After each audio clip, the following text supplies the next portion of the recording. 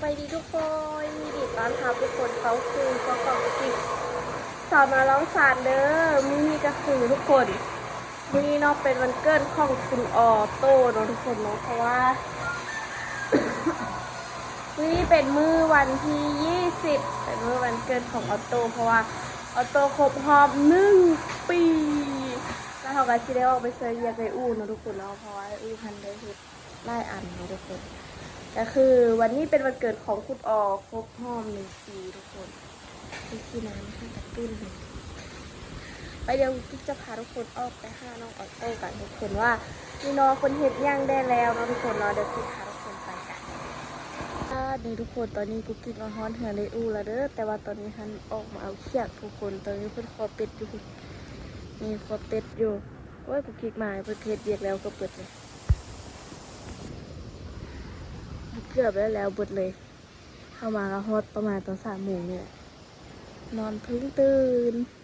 มื้อนี้บรรยากาศดีมื้อนี้บรรยากาศแต่นอนฝนหากระตกฝนตกปล่อยๆน้อยๆจ้ะเที่ยงมาแล้วทุกคนอันนี้ออโต้เลยทุกคนเด้อมื้อ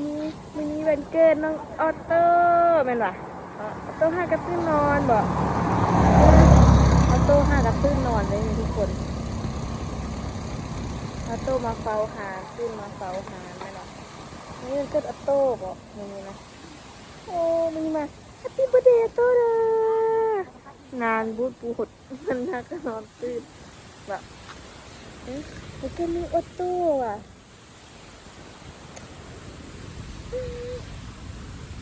มันเด็กน้องออโต้ว่ะนี่น้องออโต้นี่นะโคนเรามาเกิดวันเกิดน้องออแต่ว่าน้องออเราบ่ใส่มึงไหมพี่เสื้อแทนเด้อเจ๊มันดิทุกคนตอนนี้ก็คือกองทัพประเกิดด้วยทองเมื่อกี้แล้วล่ะตอนนี้สิพาทุกคนมาร้านผักเนาะทุกคนเนาะเพราะว่าเขียมไว้เฮ็ดข้องกินนี่แหละเฮ็ดเดินหนังอันนี้แม่นอันแกงว่ะ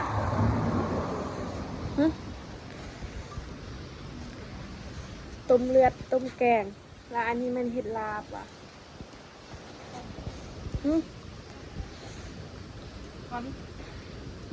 ไปดูกิ๊กล้างผักก่อน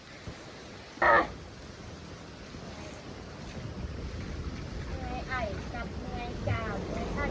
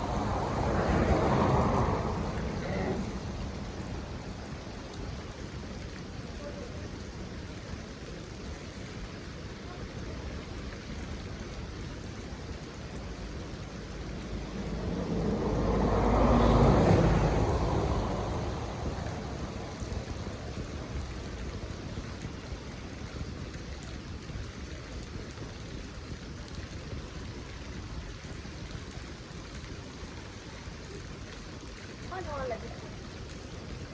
เป็นเวลาประมาณ4 โมงไป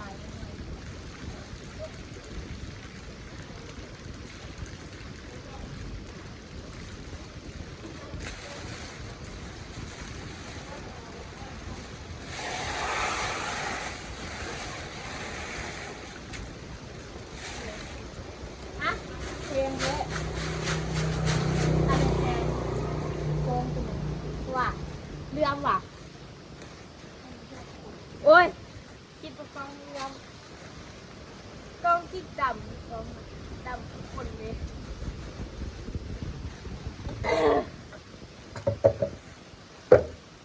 สามกับพวกนี้แล้วสามมานะไปก่อน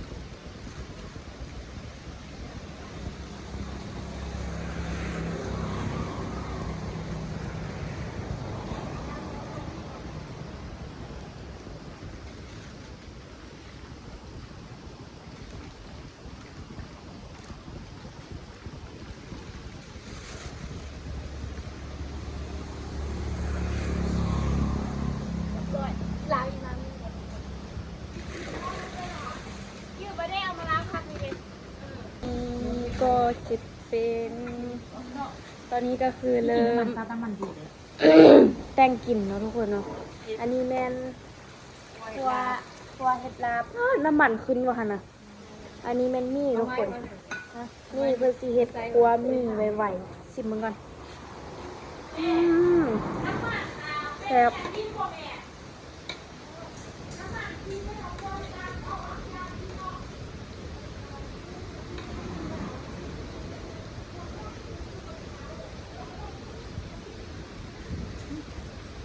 เอาลงสติ๊กเอาทิมซันน้ำมันมา ลาวเป็นลาว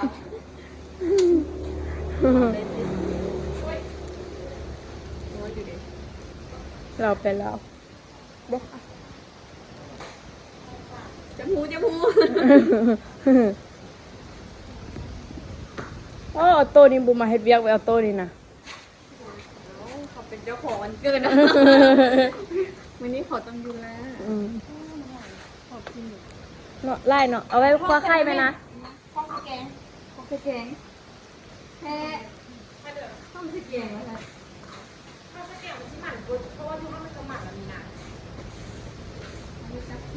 เอาไว้เกลือบาคุก้า เท่าทิมวะเท่าซ้ำง่ายสุดนะ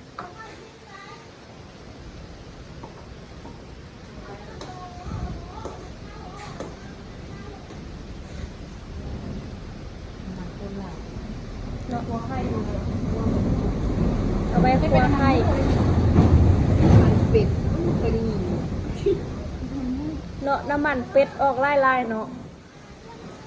อุ่น ไปว่าเอาน้ำมาเถอะ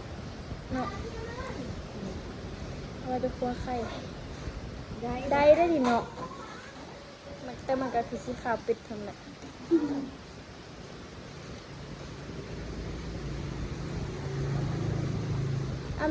มีผู้เดินมาได้โอ้ตัวอาบน้ำละ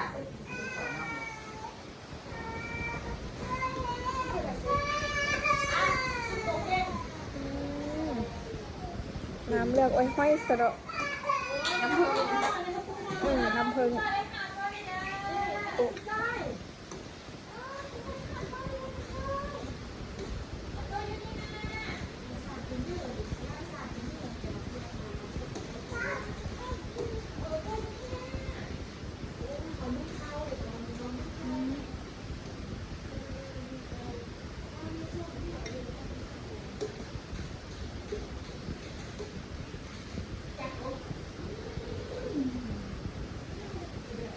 แล้วก็จะเต็มถ้วยนี่ขนาดออกยังบ่ทันเบิด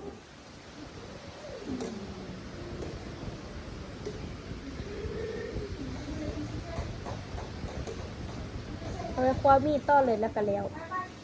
แซ่บเนาะ สีข้าวอ่ะ รสชาติเปลี่ยน อืม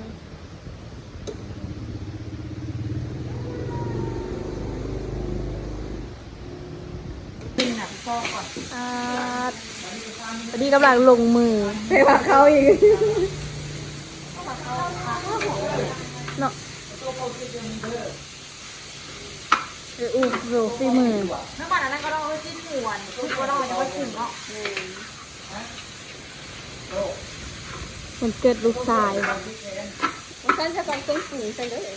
มันเท่าเลยว่ะใส่อะไรก็ผัดน้ำมันจิ้มเลยตัวจิ้มทุกๆเดี๋ยวนะตะหลิวก็2 อันนี่กันมันมืออาชีพเลยนี่ต้องไว้ยังอันเตียนคนกินเกี๊ยวโอ้บุกินเกี๊ยวต้องมีอันมีผ้ากันเปื้อนมีอันใส่พวกไว้บุกินเกี๊ยวนี่หัวปิ้นได้ไหมคะถึงกับเจ้าเข้าพร้อมกันเขาหลาย มือเขาโยนมาก่อนฮะจนบ่มีพ่อกินข้าวเว้ย แม่เป็นมือนั่นน่ะมือได้ขาย อ๋อฮานเดก็เต็มเบิด ไปกินข้าวสวยอะค่ะ อืม แซ่บแล้วนะเนาะให้เอาหลายไม่ได้แม่เนี่ยเนาะก็หลายกินแล้วไม่ค่อยได้อิ่มมานะ แล้วก็แพงอีกมีบุญกินเชียง แพงเพราะว่าผัดกระเจ้าก็เศร้าแพงดิ อืมไอ้ต้อยบ่ไปซีน้ำหอมมา เอาได้วันนี้วันนี้ก็จะเอาอันเส้นหมี่ไวๆลงไป อืม กับอันลวกผัก ที่ทำหลอกไว้ของใส่ น้อยก็บอกว่าน้ำ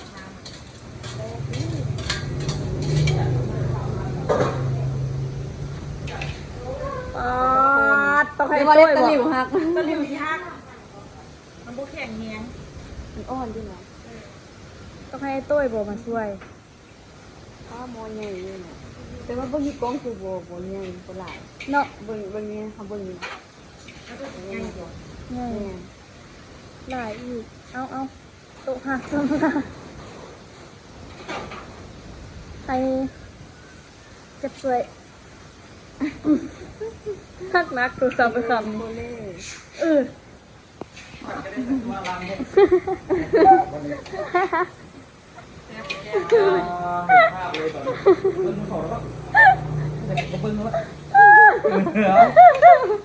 ยังเขาเอากันมาคือยัง เอาว่ามีนะยังมีนะ ยังมีนะ เกิดยังขึ้น เกิน เกิ ยัง น ขึ้น เบอร์อูผัดมี มีเกินอันไหนขึ้นไหมโอ้ อันมันแล้วมันค่อยซะเด้อ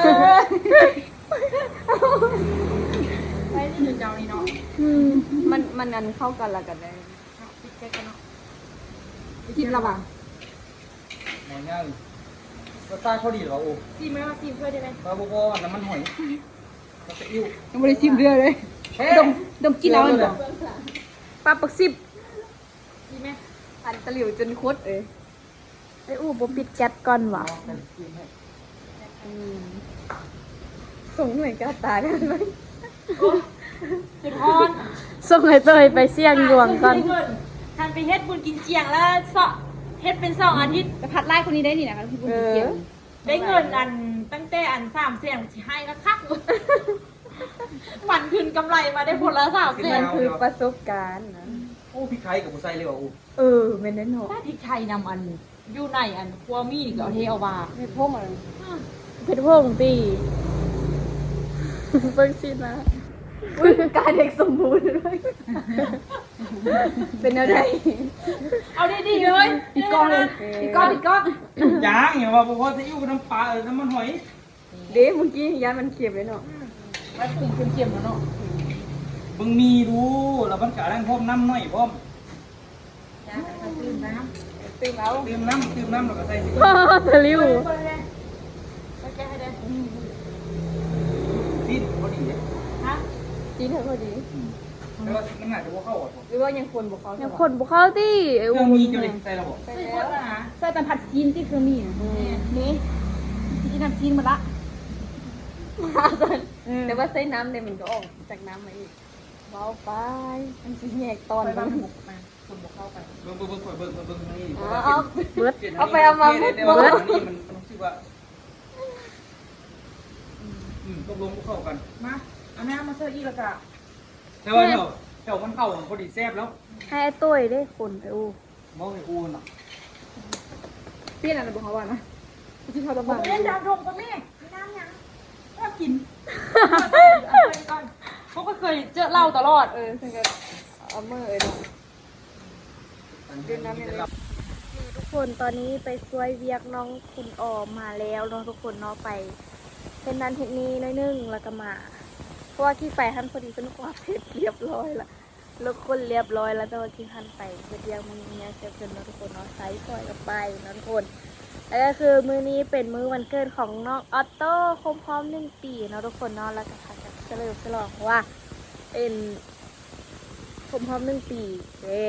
ปีแรกในการเป่าเค้กเนาะทุกคนเนาะเดี๋ยวคลิปนี้คลิปไปก่อนเลยทุกคนเด้อเจอกันในคลิปวิดีโอหน้าเนาะว่าคลิปจะพาเทียบสีที่ใส่คลิปนี้ไปก่อนได้